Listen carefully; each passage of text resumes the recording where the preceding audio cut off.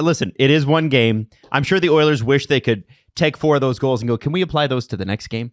Wouldn't that be great? Yeah, it'd be great. Or the previous game. Yeah, or the previous game. They just start game 5 up 4-0. But a great win, and then they go back to Florida. So my question to you guys is, it's tomorrow night, this game. Mm-hmm. Steve, you'll be doing the stream. Yep. Are we thinking we can do this?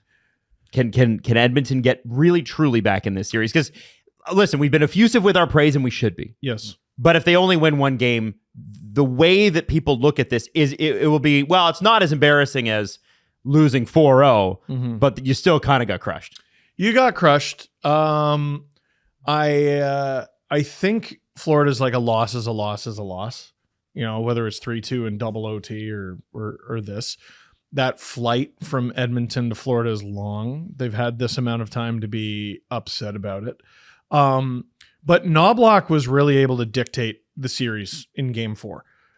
If I'm not mistaken, every line was changed, or at least all of the top 3. They were able to stretch the ice. They, were really able to. He took advantage of every possible advantage he could. That's not going to be necessarily available to him in game 5. So that was, how there's the game, the whoever game, the Rodriguez game that the Panthers already got. That was the Knobloch game for me, honestly. I thought he did an incredible job and just picked them apart. We need a Maurice game here. And a bounce back from Bob, I think, is the free space. Or, I don't know.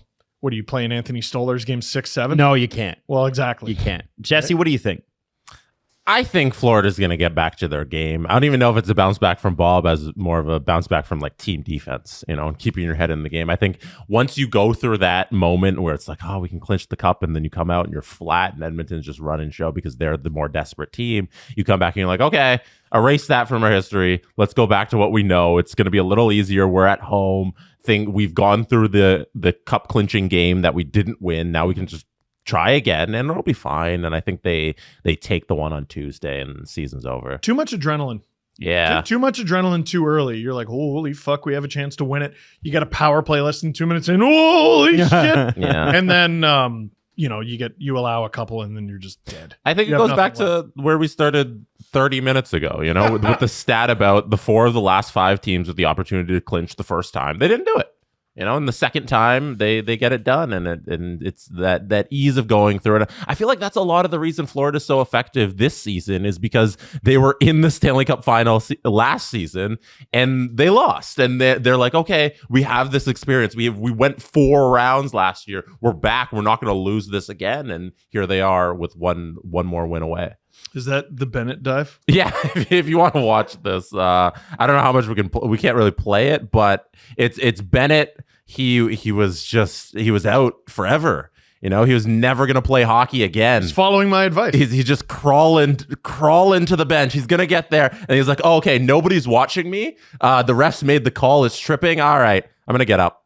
I'm going to go. I'm going to skate over the bench. And he skates perfectly fine. He starts speed racing over the bench. And then by the end, he's just standing up straight skating. You know what's nuts about this is that the refs don't Good for him. They don't get upset about that.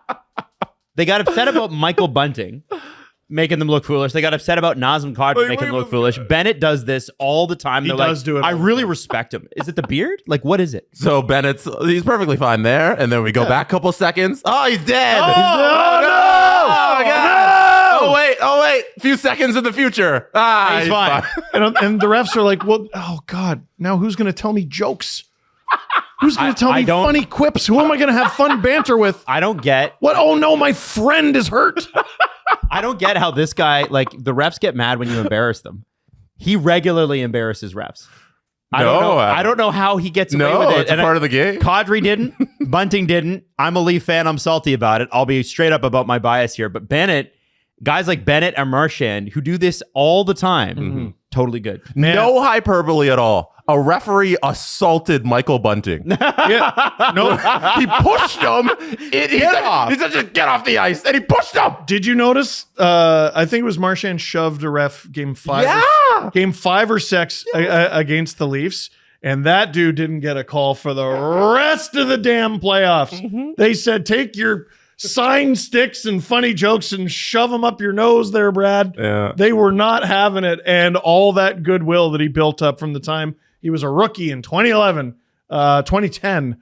No, he threw it out the window. Because sorry, it's open season on Brad now. That's the one where he ran over really quick and he kind of pushed him. Yeah. And the ref like looked at him. He gave him a death stare. Looked at him. And then oh, yeah. They didn't call anything at the Didn't moment. call anything. It's like an automatic 10-game suspension, I'm pretty sure. But They're the refs are like just like a really petty person. They don't say anything, but they're like, I'm gonna get you next time and not give you these calls that you should be getting, you know? They're like, their feelings are hurt. It's embarrassing. I don't know. It's just that clip of it was Bennett, actually, again. And they love him. You can tell from this clip. The Bennett clip of him cross-checking Lafreniere when the ref is like, you can give him 2, but that's it. Or whatever. And then he cross-checks Laff. And whoever it was, I can't remember. It's a tenured ref. That's why we're all doomed.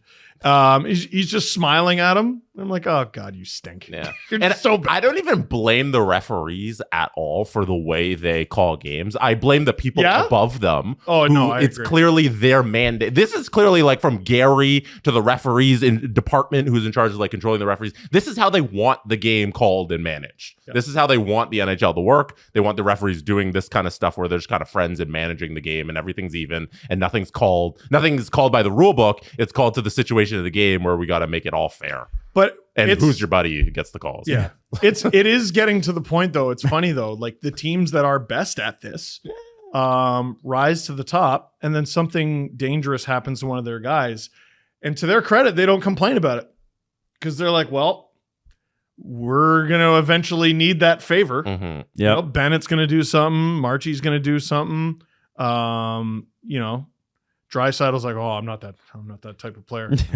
I'm not the player. Instead of saying, guys do that to us every night, stuff like that. You got to play the game. They're like the rest of us. They're made of flesh and bone and deeply flawed. I think Paul Maurice walked back his criticism of the ref after he went viral for the 6 calls thing, you know, and he was like 5-1. Yeah. The 5-1 thing. Yeah. Sorry. And I feel like he was doing more criticizing of the rest last year. And this year he's been a little more tame about it because he knows like he wants them on his side and calling out the rest publicly isn't a way to get calls. No, there was a clip recently. So it's funny. I did my little, not defense of Angel Hernandez, but like when he retired, I was like, well, no, he's just a private citizen and whatever. He was a bad MLB but he didn't make it about himself. He just made bad calls and whatever. Then I saw this podcast, and when I find it, I'll tweet it out because I don't remember what it was called, but it was a former MLB player. I don't remember who it was. It was a brutal call he got in a game with Angel Hernandez as the ump. And that night, he didn't complain about it. That night, he goes to a bar and he sees Hernandez there with the other umpires. And he buys him a beer. Goes to the bar, sends him a beer. And Angel sort of comes over to him and he goes, "That's it?" And he goes, "Yep, enjoy your beer." And he goes, "And for the rest of my career, my strike zone was this big. It was the size of an orange." That's dirty. I know it's dirty. That's literally cheating. No, and I hate that. And whose buddy? He won a championship with Milwaukee. He in the NBA. He always tells the best stories. He was an all-star. Oh my God. He was talking about like refs will just they'll make like inappropriate jokes to try to get on your side. He's like, and he was pointing at a girl. He's like, "Oh man, who's that? You're gonna take them out after the game?" He's like, "Fuck you, that's my sister." Like all these guys want to do is be pals with these athletes. You'll have a real difficult time convincing me otherwise. Okay.